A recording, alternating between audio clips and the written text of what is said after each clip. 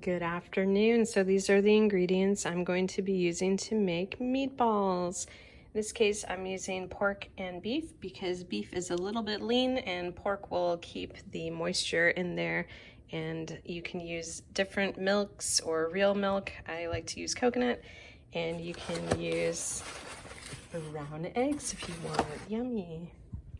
Okay, so you're gonna mince up some onion, and you can cut them quickly if you rock the blade like this while putting your left hand flat on top, and you can mince them up. And you don't need that much onion.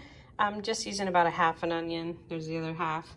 So you can do it to your taste. If you really like onion, go for a lot. If you don't really like onion, you can take this out.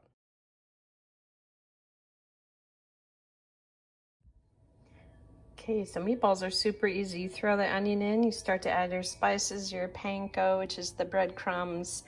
I use emeralds again, essence, salt and pepper.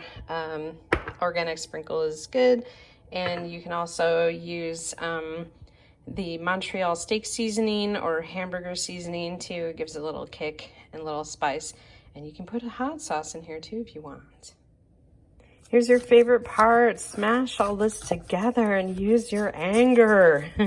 Or get your hands dirty and get your hands in there. Wash your hands first like I do. And you can squish all this together till it's all incorporated. And then we'll add our wet ingredients. Okay, that's looking pretty good. So pro tip, you can add some extra Parmesan if you have any of that. And it'll make it extra creamy and good, but you don't have to. It's optional. Put that in. I'm gonna add 2 eggs, and I'm gonna put some milk in here, and the breadcrumbs will soak up that milk too. Okay, I've added my wet ingredients. I'm gonna stir this up together. It's all stirred up, and this is the Montreal steak seasoning I was talking about. It really gives a little kick. It's very nice. Okay, so now you've got your mixture all ready, and you can use a cutting board here. So there's a couple things to consider. You can actually break this in half and put half in the freezer and Ziploc it, that is, or wrap it, and you can make meatballs with that later if this is too much, because I'm using 2 pounds here, so I'm making a big batch. Or you can make all the meatballs and then put half of the meatballs in the freezer after you've rolled them into little balls. That way when you're making it, it'll be much easier. So that's up to you. Okay, and always wash your hands, but you can break off some of the meat and roll it between your hands into a ball like that size.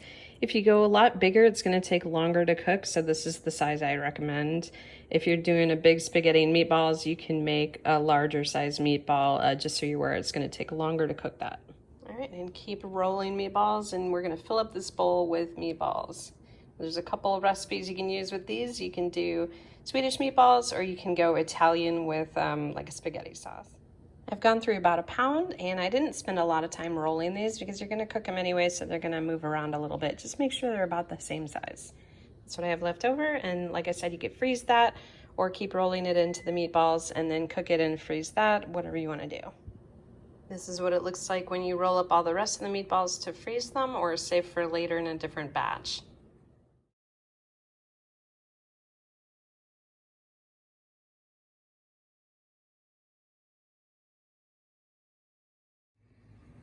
So you want to put some olive oil in your cast iron pan and have a little bowl or a big plate ready to take the meatballs out once they're cooked.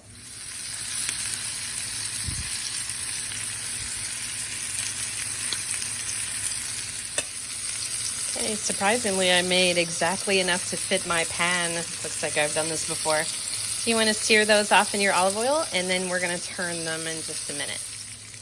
Okay, I've been flipping these guys around for a little bit so we can take them off. We're gonna continue to cook them, just not right now. Letting those rest there for a second. So this is the good part. We're gonna make that gravy. You can kind of get the little crusty bits off the bottom of your pan. Stir that around. We're gonna add beef broth, whipping cream, and a little flour. So now you've put your delicious whipping cream in here. You've got your beef broth. You've got all those yummy bits in the bottom of the pan. Now you're gonna heat this up and whisk it really good, and you're gonna have a nice gravy. Woo. Okay, so I brought this to a bubbling boil, and now I just turned it down and just stir that around to get everything incorporated. And once you get a chance, you want to taste this and make sure if you need to add any salt or pepper, or add more cream, or add more beef broth. I usually just fiddle around with the levels until it tastes good. Okay, I tasted it and it's pretty good. Just let that simmer for a little while, and we're gonna put the meatballs back in and leave that on simmer so the meatballs can start cooking again. Okay, now you got your meatballs back in there, so you're gonna just gently turn them. You don't wanna break them apart because they're still not all the way cooked. Turn them over until they're all saucy. All right, so it's looking a little bit more like Swedish meatballs now, and you can baste these guys, get them all saucy. We're gonna have this simmer a little while because they're going to cook all the way through inside.